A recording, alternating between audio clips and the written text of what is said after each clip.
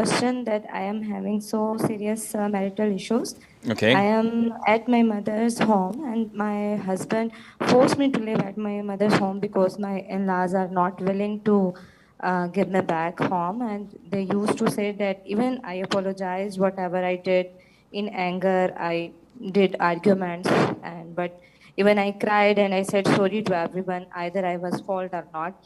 But in spite of this, my husband forced me that you have to live your at mother's home, as my home conditions are not well or suitable for you.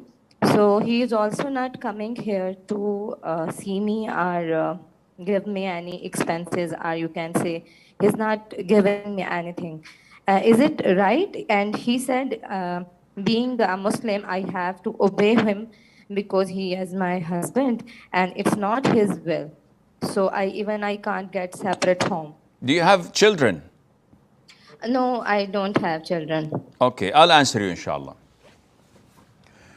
This issue of Shireen being forced to leave her husband and go back to her parents' house simply because her in-laws don't like her or would not accept her apology, or for any reason. This issue is reoccurring, and it's one of the saddest issues that I always face, especially in counseling sessions.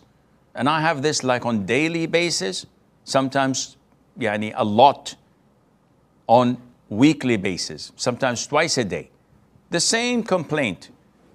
And the origin of this is that in the subcontinent, they have this, with all due respect, stinking habit of forcing the wife to live with her in-laws. So they all live in a joint family. Now, in some cases, this is a good thing if the woman is accepting, and if the parents of the husband are logical, diplomatic, wise, and rational people. The vast majority of cases I get are from tyrants. The in-laws are usually the most evil people on earth. And their son admits this. I get counseling sessions like this, and the husband says, my father is evil. My mother is a witch, and she doesn't fear Allah. She seems to be praying and reading the Quran, and she looks like hijabi, but Sheikh, wallahi, she's the worst of all people. And they speak about their moms like this. Sometimes it's the other way around. Sometimes it's the wife who's lazy, disobedient, disrespectful, doesn't want to do anything, and wants to be treated like a queen. I'm not going to say who's right, who's wrong, but generally speaking, the concept of joint family is totally unacceptable.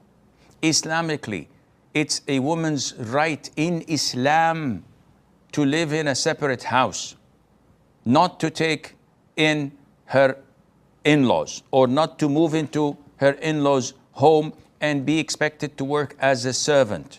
And this is what's happening in the subcontinent. A man marries a woman, she serves his sisters, his in-laws, his own in-laws, and their children and his parents. She has to do the chores, she has to wake up early, she has to cook, she has to clean and iron and do the whole 9 yards. Where is it in Islam is this? Yeah, it's cheaper and more decent to get a maid from abroad, pay like 1,500 riyals or so and get it over with. So this is the vast majority of the problems I'm getting in counseling sessions. And not only that, we have a problem with mommy's boy. So the man who's supposed to be a real man, a husband, a woman marries a man so that he becomes her rock. He becomes someone who protects her, who defends and stands for her.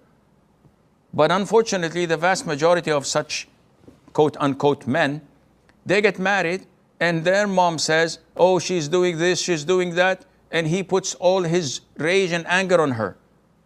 She's a victim. Did you look into it, cross-examine the evidences? No, my mom said, my mother never lies. Well, his mother is the most blatant liar on earth. and he will be held accountable on the day of judgment. Not only that, let him divorce this poor woman. Do you think Allah will leave him?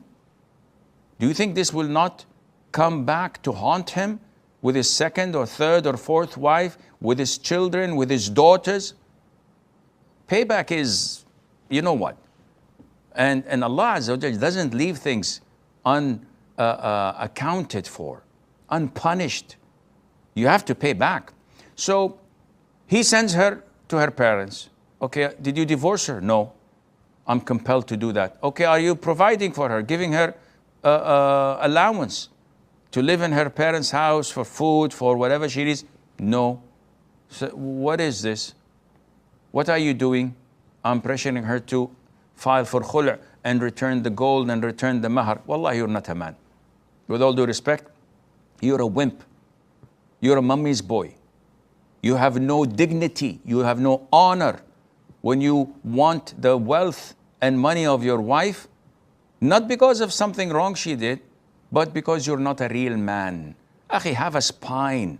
Fear Allah Azza wa Jal. And don't claim and pretend that, oh, I'm a good Muslim, I pray Taraweeh, I read the Quran. You are full of hot air. You have nothing to relate you to real manhood and real chivalry and real Islam. So what he's doing is wrong, and may Allah make things easy. Why did I ask you, do you have children? Because staying in such a marriage is a very bad investment. Let's assume after 6-7 months, he forgives you and gets you back. Do you think things are going to go well? A dog's tail is always crooked. It's never straight. It's never going to be straight. And his family is like this, and he's mummy's boy. So maybe you should negotiate. Well, actually, you have to think it over with your parents and your wise people in the family. Is it worthwhile still having all the eggs in one basket? Is it worthwhile staying in this marriage? Or it's best to run and call it a day? Because when the stocks are falling down in the stock market, the best thing to do is to sell, because the damages are going to increase. So run with whatever you can, and Allah knows best.